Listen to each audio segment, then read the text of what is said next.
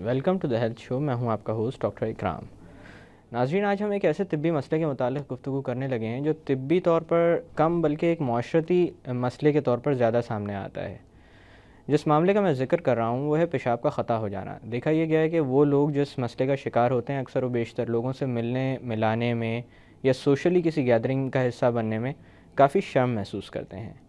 यही वो मौजू है जिस पर आज के प्रोग्राम में बात की जाएगी, और इस मौजू पर रोशनी डालने के लिए बतौर मेहमान हमारे स्टूडियो में मौजूद हैं डॉक्टर सैयद इम्तियाज़ अली, जो कि एक कंसल्टेंट यूरोलॉजिस्ट हैं और जिनका ताल्लुक़ ज़ियाउद्दीन यूनिवर्सिटी हॉस्पिटल से। आइए उनसे बात करते हैं। अस्सलाम वालेकुम डॉक्टर साहब। वालेकुम अस्सलाम। कैसे हैं आप? First class. डॉक्टर साहब, पेशाब का ख़ता हो जाना कितना आम मसला है? यूरिनरी इनकॉन्टिनेंस यानी एक्सीडेंटल लीकेज ऑफ यूरिन या पेशाब का बिला इरादा ख़ता हो जाना, ये काफ़ी कॉमन बीमारी है और जैसे जैसे उम्र बढ़ती है ये कॉमन होती जाती है। देखा गया है कि 65 साल की उम्र तक जो लोग पहुंच जाते हैं उसमें तकरीबन 35% लोगों को ये मसला होता है। ख़वातीन और मर्दों में ये दोनों में पाई जाती है, मगर ख़वातीन में मर्दों के मुकाबले में 2:1 यानी ख़वातीन में ये इंसिडेंस दुगनी है एज़ कम्पेयर टू मेल्स। अच्छा डॉक्टर साहब, बच्चों में भी ये मामला नज़र आता है, लेकिन क्या उसको बीमारी के तौर पर लेना चाहिए? बच्चों में 3-4 साल की उम्र तक तो, क्योंकि जो मिक्चुरेशन सेंटर है यानी जो पेशाब के कंट्रोल का जो सेंटर है वो हराम मगज़ या रीढ़ की हड्डी में होता है। S2, 3, 4 ये लोअर स्पाइनल कॉर्ड में ये सेंटर होता है। तो ये सेंटर मैच्योर होता है तकरीबन 4-5 साल की उम्र में जाके। उस वक्त तक बच्चे को टॉयलेट ट्रेन पेरेंट्स कर रहे होते हैं और ये ब्लैडर की फिलिंग नर्व जो हैं वो सिग्नल देती हैं ब्रेन को, और वो फिर एक रिफ्लेक्स डेवलप हो जाता है 5 साल की उम्र तक। मगर कुछ परसेंटेज केसेस होती है जो 10 साल की उम्र तक तकरीबन 1% बच्चे होते हैं, 1% बच्चे जो इनकॉन्टिनेंट रहते हैं। ये आम तौर पे डे टाइम इनकॉन्टिनेंट नहीं होते, ज़्यादातर ये नॉक्टर्नल एन्यूरिसिस या रात को जो है वो इनकॉन्टिनेंट होते हैं, और डे टाइम इनकी आम तौर पे कॉन्टिनेंस रहती है। अच्छा डॉक्टर साहब, पेशाब का बिला इरादा ख़ता हो जाना, इसकी अक़साम भी होती हैं क्या? जी, इसकी काफ़ी सारी अक़साम हैं जो हम इसको क्लासिफाई करते हैं। आम तौर पे जो बिला इरादा ख़ता हो जाना है उसको हम आम तौर पे यूरिथ्रल या एक्स्ट्रा यूरिथ्रल इनकॉन्टिनेंस कहते हैं। सबसे बड़ी चीज़ ये कि एक जो आम नॉर्मल रास्ता है यानी यूरिथ्रा, पेशाब की नाली, अगर वहीं से इनकॉन्टिनेंस हो रही है या पेशाब ख़ता हो रहा है या एक्सीडेंटल लॉस ऑफ यूरिन हो रहा है नॉर्मल पैसेज से, तो वो यूरिथ्रल इनकॉन्टिनेंस है। मगर अगर कोई एब नॉर्मल पैसेज बन जाए between any part of the urinary track, किसी भी यूरिनरी ट्रैक के एक पार्ट और किसी दूसरे पार्ट का, जिसमें विजाइना है या यूट्रस है ख़वातीन में, तो ये एक्स्ट्रा यूरिथ्रल इनकॉन्टिनेंस कहलाती है। तो ये तो एक ब्रॉड 2 कैटेगरीज हो गई, जिसमें जो एक्स्ट्रा नेचुरल रास्ता है और एक नेचुरल रास्ते से इनकॉन्टिनेंस हो रही है, और एक एब नॉर्मल या अननेचुरल रास्ते से इनकॉन्टिनेंस हो रही है। ये इसकी 2 ब्रॉड कैटेगरीज हो गई। जो अननेचुरल रास्ते से इनकॉन्टिनेंस होती है वो आम तौर पे टोटल कंटिन्यूअस इनकॉन्टिनेंस होती है। कतरा 24 घंटे पेशाब बह रहा होता है, क्योंकि स्फिंक्टर या कोई रुकावट तो होती नहीं है जी। ये पैसेज होता है या यूरेटर और यूट्रस के दरमियान, या ब्लैडर या यूट्रस के दरमियान, या ब्लैडर या विजाइना के दरमियान, जिसको विजाइको विजाइनल फिस्टुला कहते हैं। VVF एक बहुत कॉमन बीमारी है जो ऑब्स्टेट्रिक और गायनेकोलॉजिकल कॉजेज़ की वजह से होती है। प्रोलॉन्ग बर्थ यानी बच्चे की पैदाइश बहुत ज़्यादा अरसे अगर वो प्रोलॉन्ग्ड हो तो उसमें जो हेड ऑफ द फीटस है ये ब्लैडर के ऊपर प्रेशर देकर प्रेशर नेक्रोसिस कॉज कर सकता है, और एक एबनॉर्मल रास्ता बन सकता है between the bladder and the vagina, जिसकी वजह से एक ट्रबलसम बीमारी क्रिएट होती है जिसको विजाइको विजाइनल फिस्टुला कहते हैं। अनफॉर्चुनेटली पाकिस्तान में ये बहुत कॉमन है और रूरल एरियाज़ में बहुत कॉमन है as compare to urban areas. हमारे पास अक्सर ये VVF के केसेस आते हैं, और ये जो ख़वातीन होती हैं इनकी बड़ी मिज़रेबल ज़िंदगी होती है, इनको तलाक़ हो चुकी होती है या घर वाले इनसे आजिज़ होते हैं, बिकॉज जो स्मेल ऑफ यूरिन है ये सोशल इनका बाइकआउट हुआ हुआ होता है, और ये बड़ी परेशानी और मुश्किल भरी ये बीमारी है जिसमें ये लोग आते हैं। और इसका जो ट्रीटमेंट है फॉर्चुनेटली वो इतना कॉम्प्लिकेटेड नहीं है जितनी ये कॉम्प्लिकेटेड बीमारी नज़र आती है। जो यूरिथ्रल इनकॉन्टिनेंस है, जो नॉर्मल रास्ते से इनकॉन्टिनेंस होती है, उसकी 4-5 बड़ी बड़ी टाइप्स हैं, जिसमें जो सबसे बड़ी टाइप है वो जेन्युइन स्ट्रेस यूरिनरी इनकॉन्टिनेंस है, जिसमें स्फिंक्टर यानी वो पेशाब का कंट्रोल वाला जो मसल है वो वीक होता है जी। और ये जो जेन्युइन स्ट्रेस यूरिनरी इनकॉन्टिनेंस है, ये वो ज़्यादातर ख़वातीन होती हैं जिनको खांसने से, छींकने से, वज़न उठाने से, झुकने से, खड़े होने से, बैठने से, चेंज ऑफ पोस्चर से पेशाब निकल जाता है। एक कहकहा मारा, ज़ोर से हंसी और थोड़ा सा पेशाब निकल गया, ये स्ट्रेस यूरिनरी इनकॉन्टिनेंस है। दूसरी बड़ी जो इसकी टाइप या किस्म है वो अर्ज इनकॉन्टिनेंस है। अर्ज इनकॉन्टिनेंस ये होती है कि एक सडन डिज़ायर, एक शदीद एक रिफ्लेक्स जन्म लेती है ब्लैडर के अंदर, और पेशेंट जो है वो रश करता है टॉयलेट की तरफ, और कमरबंद खोलते खोलते, बाथरूम का दरवाज़ा देखते देखते पेशाब निकल जाता है।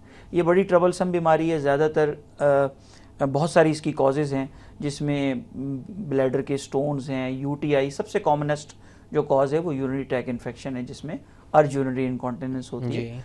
और ये जितनी भी ये टाइप्स हैं, ये अगर सब कुछ आप एक्सक्लूड कर दें, यानी आप ट्यूमर्स भी एक्सक्लूड कर दें, स्टोन भी एक्सक्लूड कर दें, और अगर आपको स्टोन्स भी नहीं मिले और कोई और फॉरेन बॉडी भी नहीं मिली और इन्फेक्शन भी नहीं मिला, तो फिर एक कंडीशन जन्म लेती है जिसको ओवर एक्टिव ब्लैडर कहते हैं।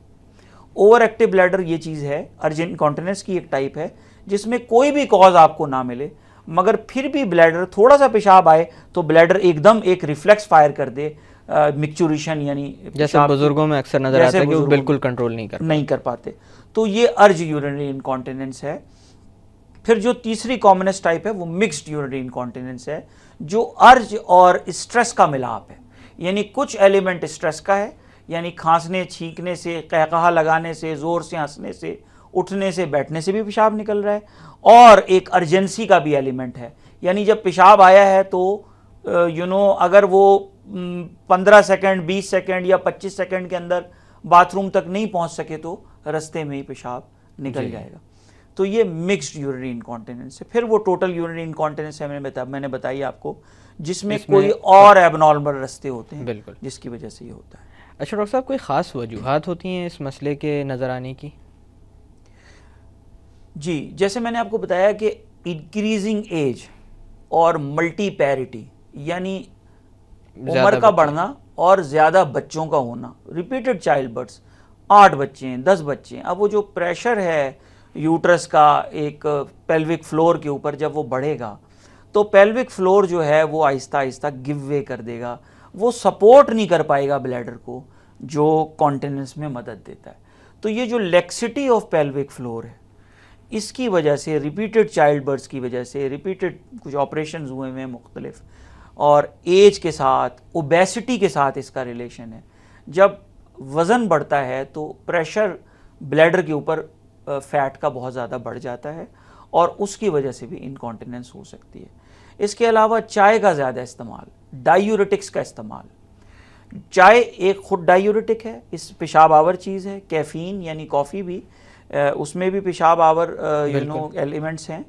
तो कोई भी ऐसी चीज़ जो ब्लैडर में ज़्यादा यूरिन, स्पेशली रात को अगर वो एक्युमुलेट हो, तो नॉक्टर्नल एन्यूरिसिस या नॉक्टर्नल इनकॉन्टिनेंस का इंसिडेंस बढ़ जाता है।